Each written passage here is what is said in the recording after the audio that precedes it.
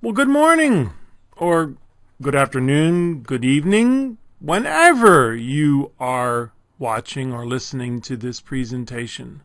Hello, and thank you for tuning in to Financial Planning and Money Management Business 121 here at Southwestern Community College. We are so happy and honored that you are here. And I'm also extremely pleased that you're able to hear this presentation or watch and hear it, because that means we've overcome the problems with the technology. And when it works, it's great. And when it doesn't work, yeah. And so my recommendation for those of you out there who are having problems is go see a teenager. They can fix anything. Usually, we are going to embark on the full spectrum of personal finance in this class. So, we've got a long road ahead of us. But, as we discuss in the syllabus, what's the one thing you're going to be dealing with for the rest of your life? Money, indeed. So let's get started. We start with a perspective. Are you ready? Here it is. It is a gloomy moment in history. Never has the future seemed so dark and incalculable. The United States is beset with racial, industrial, and commercial chaos, drifting we know not where. Of our troubles, no one can see the end. Did you see this on Weasel News? Skunk News. I'm sorry. Fox News last night. It's the end of the world. It's doom and gloom and chaos and desolation and despair. You see, good news doesn't really sell newspapers or television advertising. Bad news does. If you ask people when this was written, most would say during the 1930s or the Great Depression, 1940s, World War II. It was actually written in 1847. Did they have serious problems in 1847? Oh, yes. The nation was about to tear itself apart, the United States, that is, with the Civil War. Do we have serious problems here in 2000, in the mid 2014, 2015, 2016, in the near to intermediate future? Yeah, indeed. And but equating serious with fatal has not so far proved correct. It turns out, folks, that we have been extremely prosperous over the last 200 years, especially over the last 20 or 30 years. And the world as a whole is becoming more so. So I am going to err on the side of prosperity, on the side of optimism. Because it turns out that optimistic people are, of course, according to the sociologists, are the happiest people. They live longer. That's what the studies say. The pessimists just say we're not as well informed or we're not being realistic. And indeed, dear students, someday the world is going to end. We know that. We just don't know when. But we know in about 1 or 2 billion years exactly, the sun will expand and swallow up Mercury and then Venus and then the Earth. So, we got to get out of here eventually. But that's another 1 or 2 billion years from now. So don't worry about it. I will err on the side of optimism. When we do run into problems, we will be realistic about them. But we'll see that if you keep a long-term optimistic perspective, you've done very well in the past. Is it a guarantee for the future? No. Okay, let's get started with slide number 3. The first slide for chapter number 1, Personal Financial Planning in Action.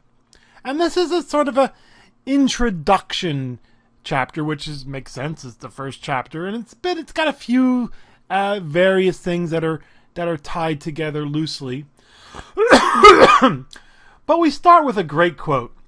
It is not money that brings happiness. It is lots of money. That's an old Russian proverb. Is it true, though? Is it true? Well, we'll discuss that later on. But first, we need to take a look at what financial planning is. Of course, this is college, and so we have to have a definition. So on slide number 4, you see personal financial planning definition. And this is the book's definition. Is the process of managing your money to achieve personal economic satisfaction. Very interesting term they use, right? Satisfaction. Indeed, yeah. Because how do you define personal financial planning? It depends on who you talk to. Everybody has their own definition. And so what I've done is I've scoured about and looked for other definitions in the library. You've been to libraries, haven't you? On the the internet. And so we have other definitions. The ability to use knowledge and skills to manage one's financial resources effectively for lifetime financial security. I think that's maybe the one that people would use most. They would talk about security, financial security.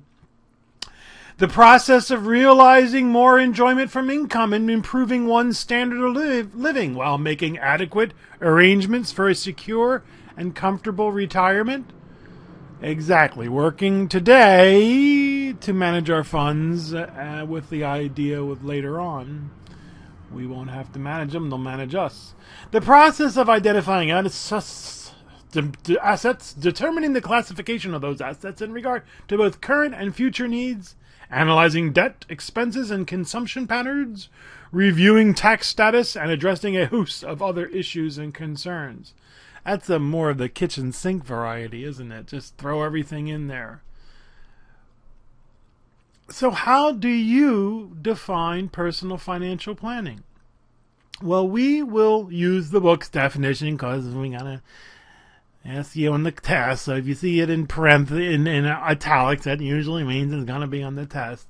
But it's a process more than anything else. That when I work with students and with individuals, I say it's a process, and we're going to go through the process over and over again. We move forward, we move backward, and we find that it's not that hard, folks. Intellectually. Emotionally, yeah, definitely we have issues that we'll discuss. Slide number 5. There are benefits of financial planning. There are several advantages of effective personal financial planning. And these are from the book. Increased effectiveness in obtaining, using, and protecting your financial resources. Increased control of your financial affairs.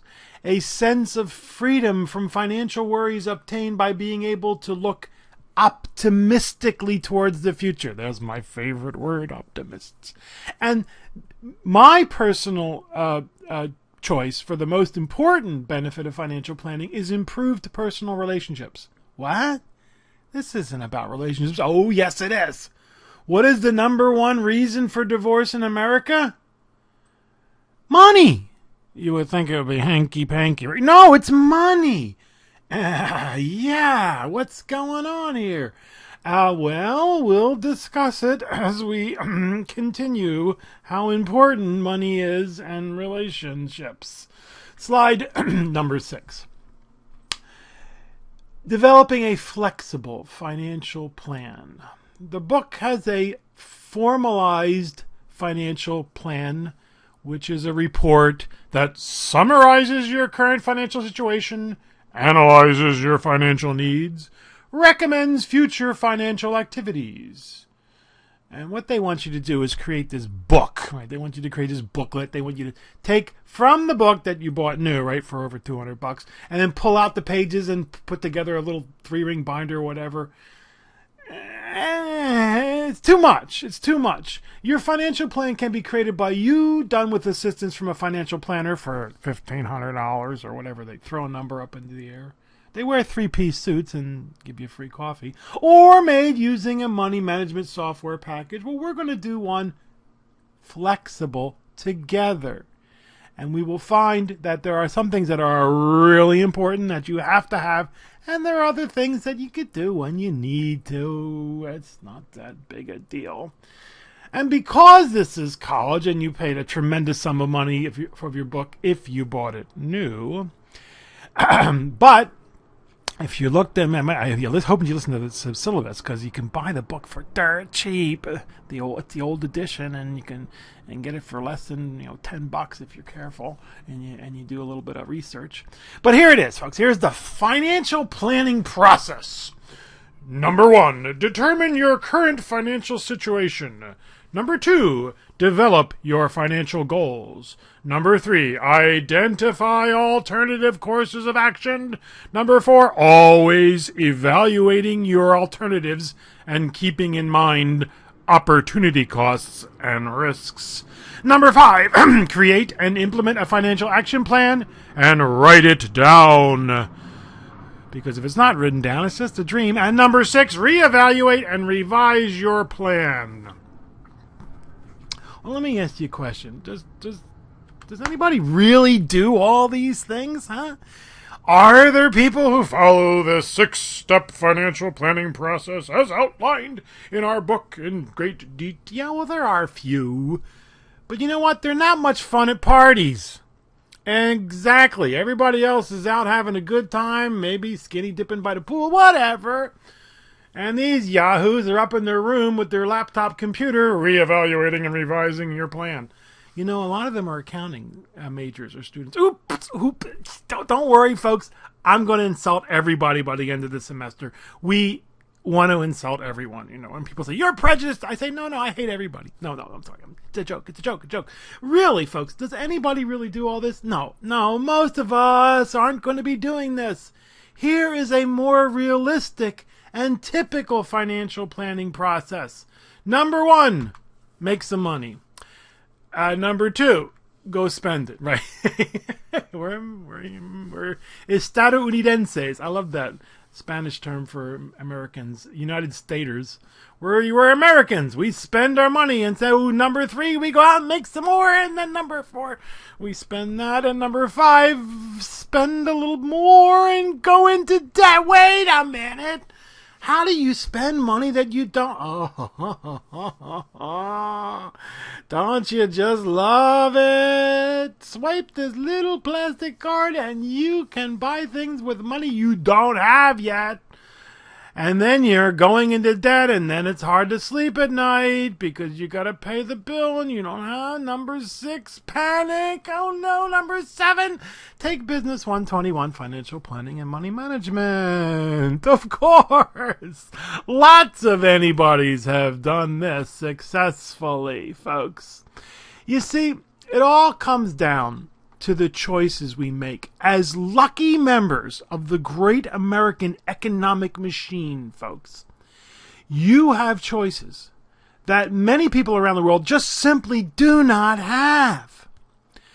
And you will make some very good choices, and you may make some very bad choices, and sometimes you'll make some choices that are sort of in the middle.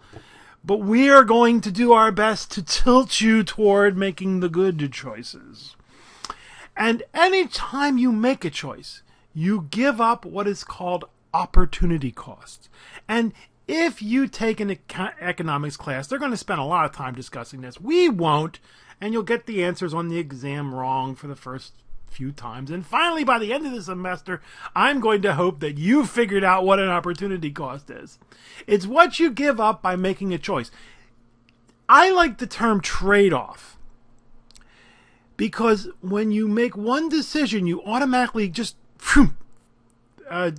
negate all these other things that you could have done. And it cannot always be measured in dollars. Sometimes the cost is your time or your health. We want you to consider the lost opportunities that will invariably result from your decisions. And what the economics professors will do is they'll throw out an idea, a discussion example.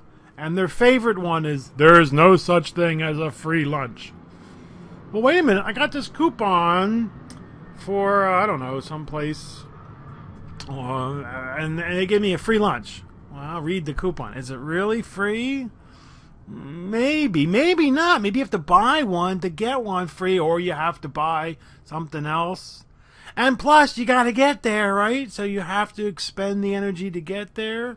And what could you be doing instead of getting there and getting that free lunch? You could be working. You could be sleeping, right? Such are the opportunity costs of attending college. Why are you attending college? Why are you sitting there listening to this guy pontificate about opportunity costs when you could be at the beach?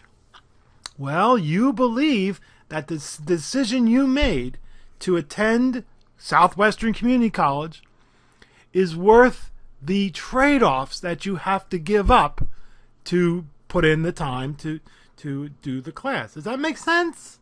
Yeah, and college is one of the best investments you can make, folks. I know there's a lot of controversy now about how much it costs. That's why you're at Southwestern, right?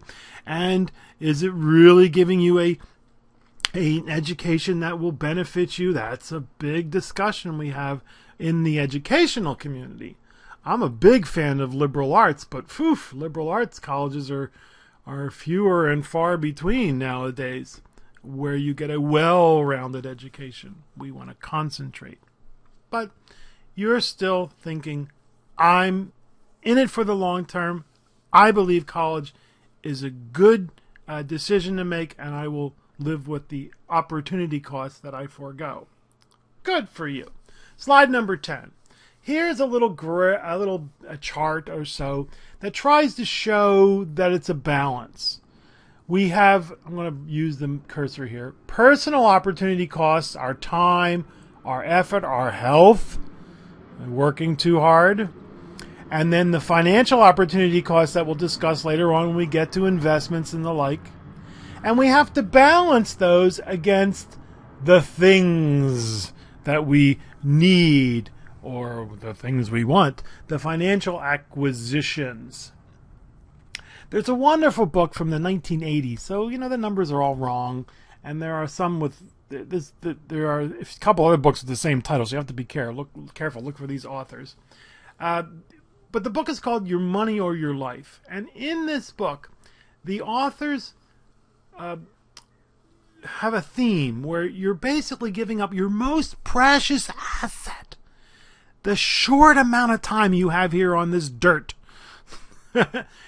for the things that you think that you have to have. What are the things that you really have to have, folks? Well, you need food, clothing, and shelter, unless you want to live outdoors. And, of course, you need internet access. But you just saw it on television, and you didn't know it existed until 5 minutes ago, but now you have to have it, or these people say, no, you're wrong. You don't need it. And they've created an entire culture. And there's the website. Check it out if you want. simplelivingforum.net. And we'll take a look at some of the techniques that these people use. And we won't necessarily use them. I'll just show you what some people go to help them simplify their financial lives and hence their lives. Slide number 11. Every financial decision involves evaluating the types of risks, because everything involves a risk out there, folks. And not out there, also in the house are risks. Just slipping in the bathtub is a big risk. Inflation risk, rising prices, interest rate risk, the cost of borrowing, the rate of return, income risk, the loss of your job, personal risk, health, safety, liquidity risk. What? The risk of not having enough beer for the weekend? No. We'll discuss this when we get to investments. The ability to actually turn your investments into cash quickly without having to take a huge loss on the amount. And then those are from the book. I added this one, The Culture of Consumerism Risk, which I also call the die working and in debt up to your eyeballs risk. There used to be, it's a long time ago, but it used to be a bumper sticker that was real popular. He who dies with the most toys wins. And I used to think, wins what? What do you win if you die with the most toys? I don't know. Can you guard against all risks? Should you even try? Well, the truth is you can. That's what the insurance industry is all about, folks. The insurance industry will basically, they'll do their best to help you guard against all risks, but then you wouldn't have any money for anything else. So we'll discuss insurance in detail. Slide number 12. Developing good financial habits. Okay, well this is advice from Mom. Okay, Mom, here we are.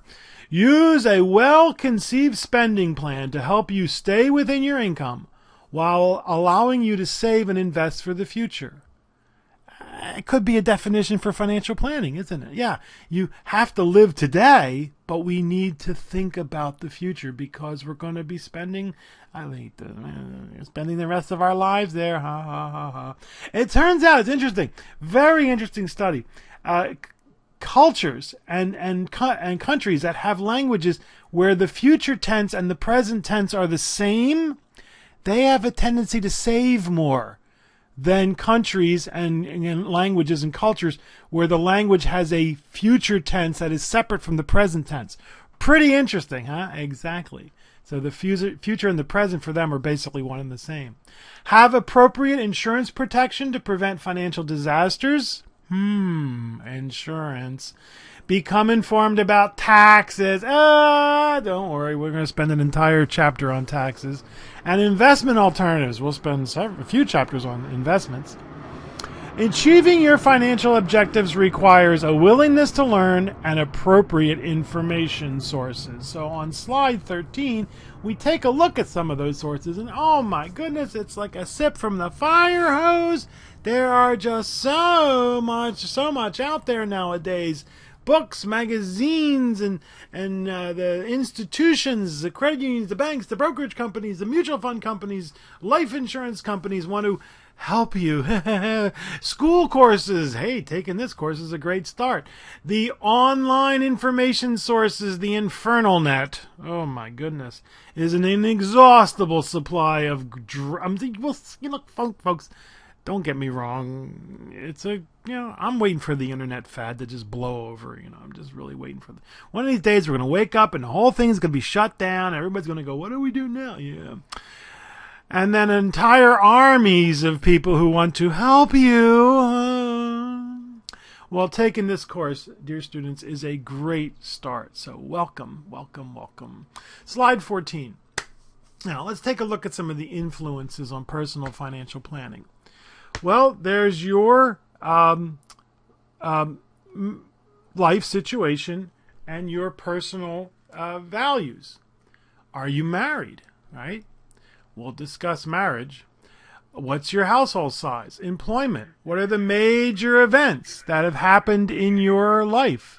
Marriage, birth or adoption of a child, divorce, or bankruptcy. Divorce is one of the worst things that can happen to you financially. Also not very much fun emotionally, is it? And what are the ideas and values and principles that you consider correct, desirable, and important? Because what's important to you may not be important to somebody else.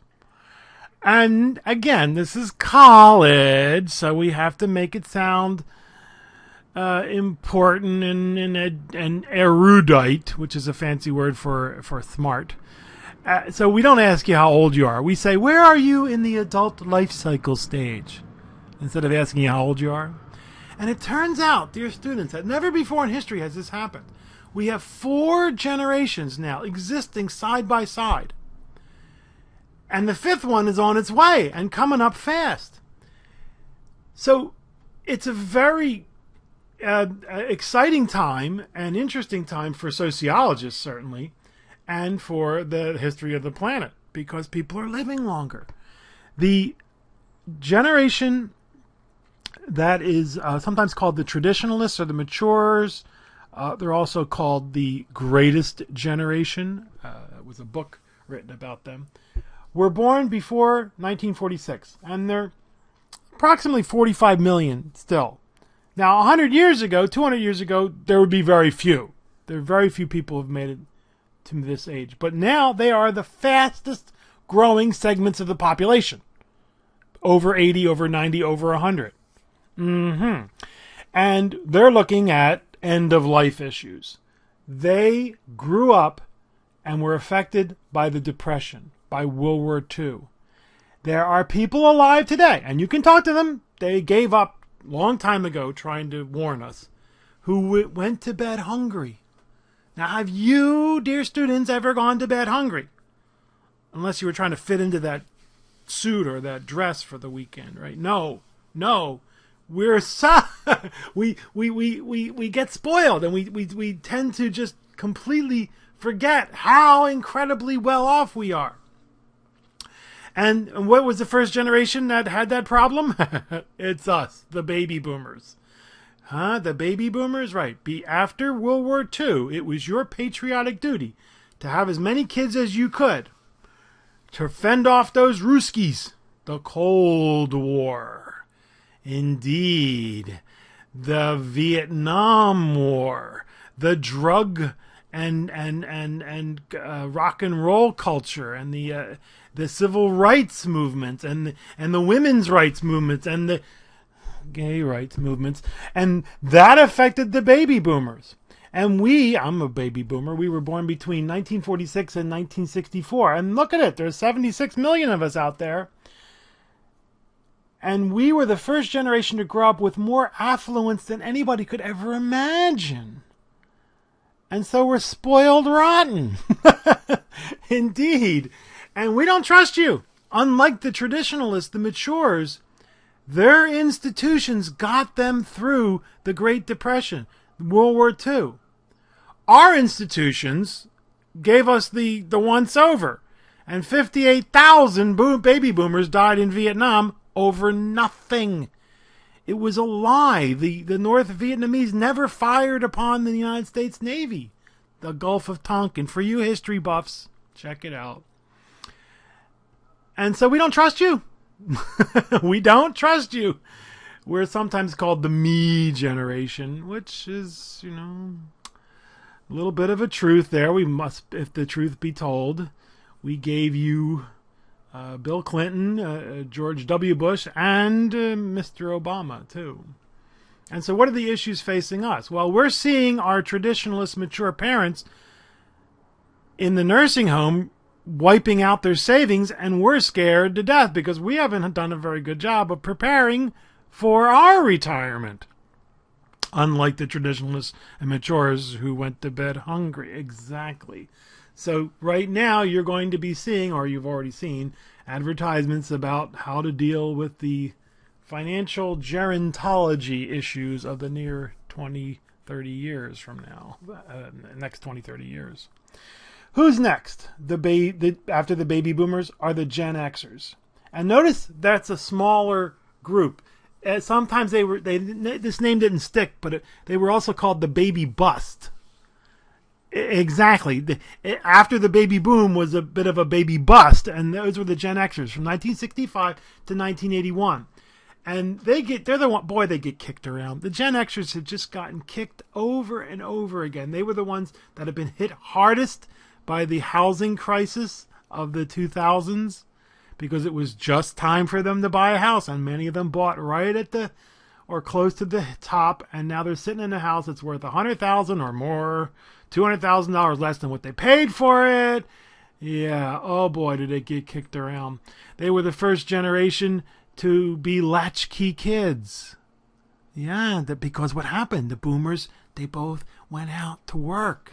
So mom didn't stay at home. Daddy didn't go to the office and fondle the secretary. Mommy stayed home and take Valium and beat the children. No, both parents went. So what were the Gen Xers affected by? The explosion of media in the 1980s. MTV. It's hard to believe. In fact, MTV is blasé now, passé. But it was an unbelievable cultural shift. Because for the baby boomers, rock and roll was a way to fight back against the establishment. I know you're going to have a hard time believing this, but there was a saying that don't trust anybody over 30. But the Gen Xers, no, rock and roll is part of our culture. Now it's played at Super Bowls and presidential elections. It's mainstream. What else affected them? AIDS. Before, if you got a sexually transmitted disease, it wasn't going to kill you. You might have heard of free love. Yeah, what did the economists say? No such thing as a free lunch. Well, the Gen Xers have been hit by that. So we feel for the Gen Xers. We feel their pain. And we wish them well and say to them, hang on, the house will recover. You will recover. Now, many of you are going to be the millennials, right? 18 or so, 22-year-olds in the traditional student. Many not. This is an online class, and many of you are going to be all different ages. But the vast majority of our day students, our daytime face-to-face students, are millennials. And they're also called the digital generation, Gen Y. And they're, just feeling their oats, just getting started. Maybe many of them are getting their first jobs and making money for the first time and not sure. And a lot of them are not making as much as their parents did doing the same thing. And they're hit with pretty serious student loans, some of them. And what are the cultural things that have affected them? Well, certainly the incredible... Whoops. Get away. Go away. Get away. What are you doing there? Get out. My apologies. Technology. Exactly. What I was going to say. Technology. Exactly.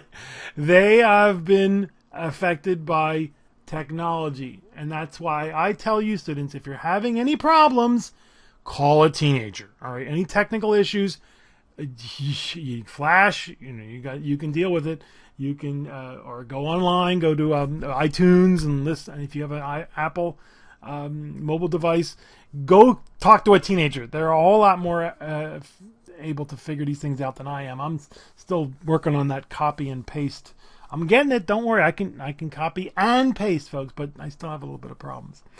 So, you millennials, you are an astounding generation. I am so incredibly impressed and optimistic about the future because I watch the millennials.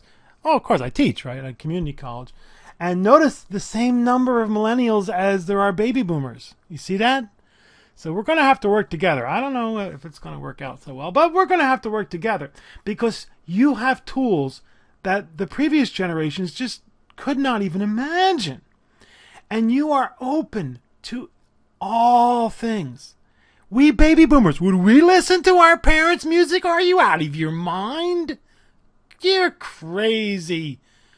Well, you see millennials with Pink Floyd t-shirts and Beatles and Leonard Skinner. And I saw this little chiquita on campus, she's 18, 19 years old, Latino woman. And I went up there and I said, do you really listen to Leonard Skinner? And she said, oh yeah, they rock. And I said, great, that's good. And I walked away singing, give me 3 steps, mister. And she looked at me like, what a crazy old coot. I was sick the day that that if you're familiar with that band, they were in a plane, half the band was in a plane crash. It was very, very sad. So you millennials, you're open to all things. You don't mind if it's your parents or your grandparents or 1,000 years ago. And this is very good, I believe, for many things. And of course, it'll create other problems. We boomers, we had to steal our father's Playboy, right? You millennials up in your room with high-speed internet, door closed, click, click. That's interesting. And what can we say about the next generation? Well, I'm not even sure. But notice that there are already 60 million of them. So they're going to be more of them than either the boomers or the millennials combined. So it's going to be a very interesting 20, 30 years in the making. And I'm incredibly optimistic. assuming we don't blow ourselves up, which is always a distinct possibility. Slide number 15. This is a t-shirt I saw worn by a millennial student, and I thought, this is it! This is the millennials! Good! Better! Yeah, guys, right? God, come on, guys. We're dogs. What can we say? But best, instead of dealing with a woman, now if you're listening to this, you can't see it. So let's describe what it is. There's a picture of a man and a woman, and it says good. You know, the icons that you see on bathroom doors of a man and a woman. And then better, there's a man with two women, right? Every guy's dream. Better. And best, there's a guy with a video game. And guys in the face-to-face class, they go, no. I say, listen. How much time do you spend making whoopee? How much time do you spend playing video games? Think about it. If you right now had to make a choice, and here's an opportunity cost lesson. If you had to give up one or the other, making whoopee or playing video games, what would you decide? And figure, folks, eventually the video games will be... The future is coming, folks, faster than we'd like to imagine. This is the part of millennials that I don't like, but that doesn't mean it's not good. It's just the way it is. You'll see 3 millennials walking down the street. 2 of them are talking on their cell phone. The other one's texting. Why are they even together? My son's a millennial. He and his friends spend a lot of time together, but they're not together. They're in their own room playing these games and discussing things over the internet. I'm not trying to make a value judgment. I just don't particularly like it. I'd rather be with my friends, but they are with their friends in a very real sense, but they're also physically not with them. So that's just different. And that's why the cultures and the generations are colliding, but at the same time creating enormous opportunities for moving us forward. Because we do have a lot of work to do, folks. Still, there are many people around the world who don't have access to fresh water, who don't have enough food to eat. We've got to figure these things out. And I think the millennials and the generation coming up next probably have the best opportunity to do so. I am determined. I am convinced that one millennial, it's going to be somebody young, is going to break AIDS, is going to bust it open and find a cure. And I mean, isn't that exciting? I'm excited. So, okay, relax. Slide number 16. Other influences on financial planning. Economic factors, market forces, supply and demand. What does that mean? How much will you pay for something? How much will somebody sell it to you for? And if you teach a parrot how to say supply and demand, you now have a learned economics professor. You see, these classes are similar in that economics is more theoretical based, finance is more practical based, but we like to tease each other. Production costs, competition, the financial institutions that guide our lives, the influence of the Federal Reserve Bank, the global financial markets, the global influences of exports and imports and other economic conditions, consumer prices, inflation, consumer spending, interest rates, money supply, unemployment, housing starts, gross domestic, that means how much is produced by our country and how much is produced by other countries and the world as a whole, the trade balance, the trade imbalance, the budget deficit, the financial markets. Wait a minute. Payano, you're talking about things that are way out of my control. No, they aren't. It is true that not one of us, not any one of us has much control over these matters. But it is also true that collectively we do control this. If you asked a drop of water, hey, were you responsible for that flood? The drop of water would say, no way, I'm a drop of water. What are you talking about?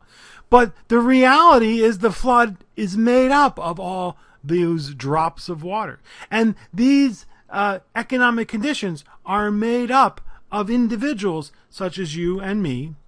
And by learning how to make good financial planning decisions, you affect the flood in a positive way. So since none of us has much control over these matters in the aggregate, we will learn how to make them better by focusing on the things that we can have control over. And we do have control over. And here they are on slide 18. And this is it, folks. Here is the semester on one little slide. Planning, chapters 1 and 2. In fact, chapter 2, oh boy, is that important. The most important documents you will create all semester long. Taxes, chapter 3. Everybody's favorite subject to hate. Saving and banking, chapter 4. Borrowing, debt, oh boy, chapter 5. And then spending in chapters 6 and 7 on consumer items, cars, housing. Managing risks are chapters 8, 9, and 10. Those are insurance. We spend a lot of time on insurance. It's the necessary evil. And then comes my favorite portion of the class, and that is investing, where we outline the major alternatives for investments. The last section of our class has to do with retirement and estate planning, end of life issues that we shouldn't wait to the end of our life to deal with. So there it is, dear students. There is the entire class on one slide. And we're going to spend quite a bit of time on each one. Are you excited? Are you ready? Well, I am. And as I said, a few other places, maybe one or two other places, our goal for you, for this class, is to make this class one of the few classes that you actually remember as helping you in this journey, in this adventure that we call life. I know it's a tall order, but it's sincere. And speaking of goal setting, when we come back in our next presentation, you're going to learn the elements of creating effective goals, well-written goals, financial and otherwise. And this may change your life, dear students, for the better.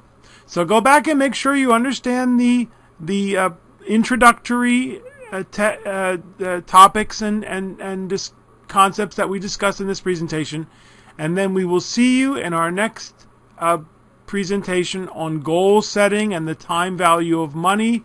Welcome to BUS121, Financial Planning and Money Management. We are so glad you are here with us.